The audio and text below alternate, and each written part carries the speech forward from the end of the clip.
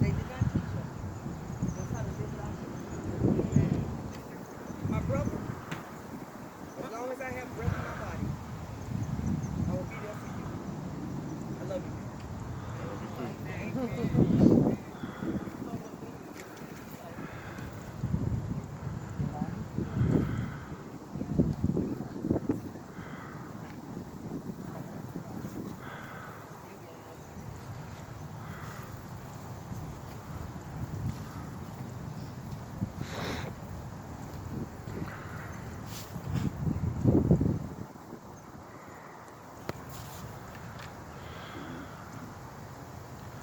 Good afternoon, everyone.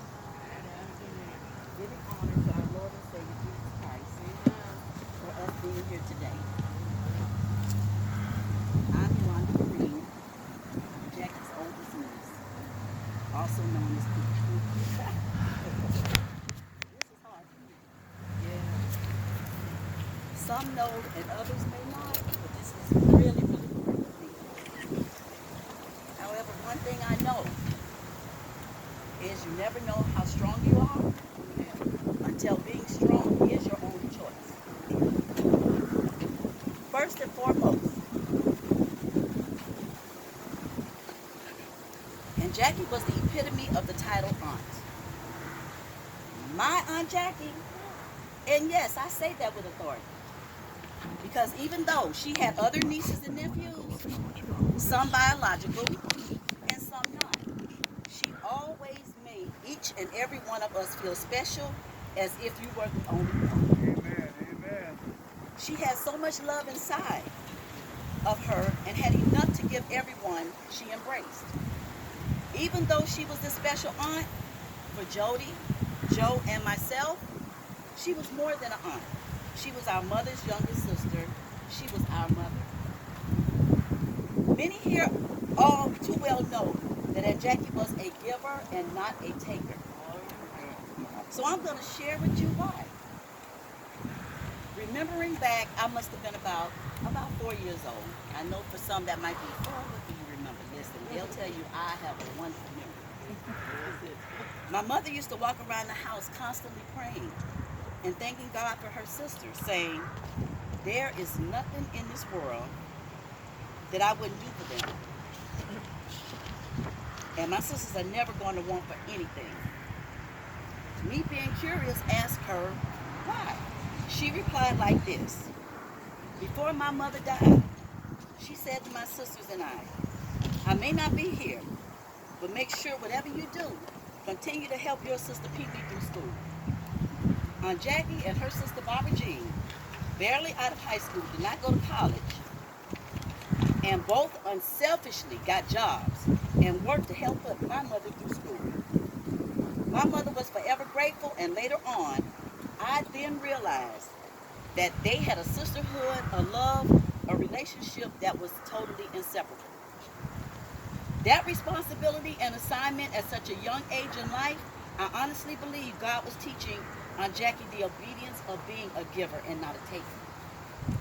That story is one I rehearsed in my head so many times until I wanted in many ways to be just like my aunt. Growing up, as I continued to watch her, I saw the love she displayed with her son James. So I wanted to be the mother that had the same unconditional love for my two sons, and I am. I saw the kind of grandmother she was to Jamari and Jamal, spirited and glowing every time they were in her presence. And I am that same type of grandmother. I saw the kind of sister she was to my mother and aunt. So I wanted to be the kind of sister that is loving, caring, and giving. And I am. I saw the kind of aunt she was. So I wanted to be the kind of aunt to my nieces and nephews, a disciplinarian, yet genuine and loving and caring for them. And I am. And lastly, I wanted to be the kind of friend, always there, being a giver and not a taker. And I am. I wanted to be a take charge person. However, it took me a while to get there. I'm still not quite there, but I do my best. When they came up with the slogan, Boss Lady, Jacqueline nearly says was next to the description. In almost any debatable conversation, she was the judge and you were the jury. Because she's going to out-talk you every time. So basically, you just shut up and gave her the phone. My siblings and I often laugh among us because we had two names that we gave her.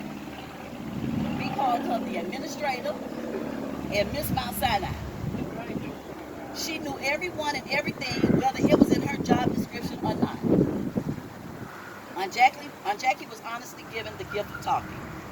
While working during the day around 4 p.m., you can count to the minute on the phone that the phone would ring. She would call my mother.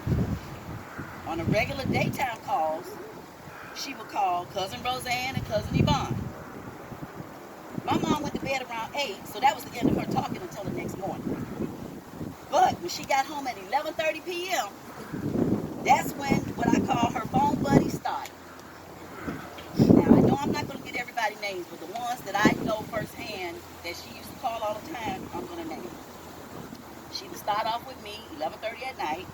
She would go to Aggie, Aunt Eddie Mae, Josephine, Joanne, and Margaret. Each of us knew she was calling you, so you just stayed up and waited for her. Her evening with us ended probably around 4 a.m. I could go on, and I'm sure many of you have more than your share of stories as well. In closing, I would like to say,